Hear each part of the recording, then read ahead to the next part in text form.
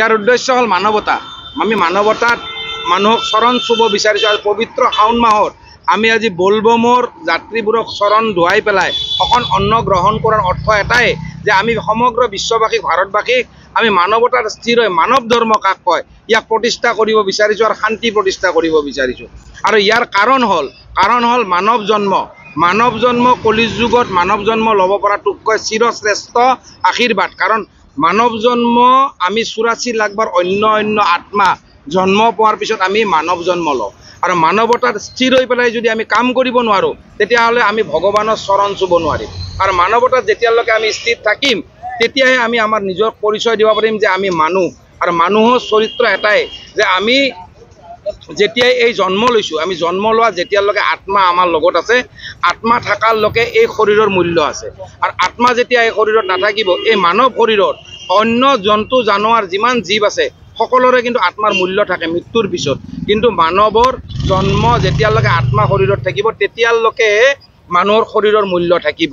আৰু সেইকাৰণে আমি আমাৰ ইয়াৰ জৰিয়তে আৰু এই যে আমাৰ ভক্তগণসকলৰ চৰণ ধুৱাই আৰু তেওঁলোকক অকণ অন্ন গ্ৰহণ কৰাই আমি মানৱতাত স্থিৰ হৈ আজি এটা সৰু প্ৰতিচ্ছবি আমি স্বয়ং ভোলেনাথৰ আগত ভগৱানৰ আগত দাঙি ধৰিব বিচাৰিছোঁ।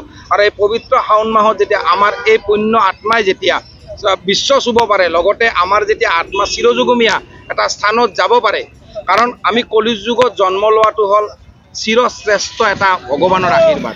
আৰু সেইকাৰণে আমি চেষ্টা কৰিছোঁ যেতিয়া আমাৰ এই জীৱিত আত্মাক আমি এটা স্থান দিব পাৰোঁ আৰু আমাৰ জীৱিত থাকোঁতে যেতিয়া আমাৰ এই শৰীৰে যেতিয়া মুক্তি লোৱাৰ কাৰণে যেতিয়া এটা পুণ্য স্থান মানে যাক আমি কওঁ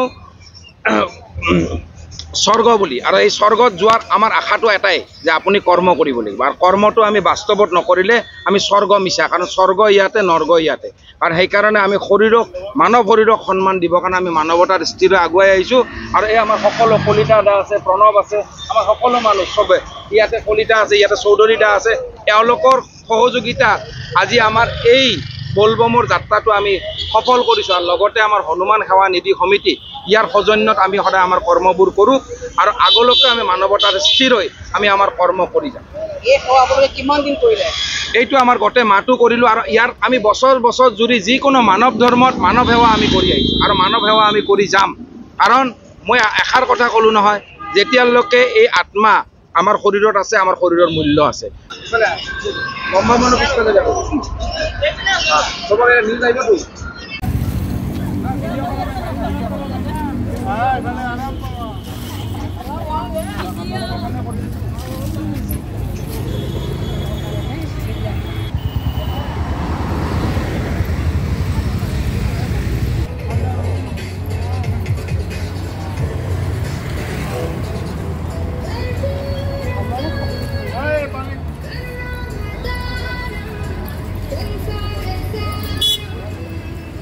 মানৱতাৰ খাতিৰত আমি মানৱতাক শুশ্ৰূষা কৰিব লাগে। শাওণ মাহত মানুহখিনিয়ে খোজকাঢ়ি গৈ যাই আছে, ভোকে পিয়াহে গৈ আছে, যাৰ কাৰণে তেওঁলোকক আমি অকণমান অন্ন গ্ৰহণ কৰাব পাৰিছোঁ, অকণমান ভোকত ঠাণ্ডা নিব পাৰিছোঁ, পিয়াহত পানী অকণমান যোগাৰ ধৰিব পাৰিছোঁ। এতিয়া অকণমান আমাৰ মানৱতাৰ খাতিৰতে কৰিছোঁ।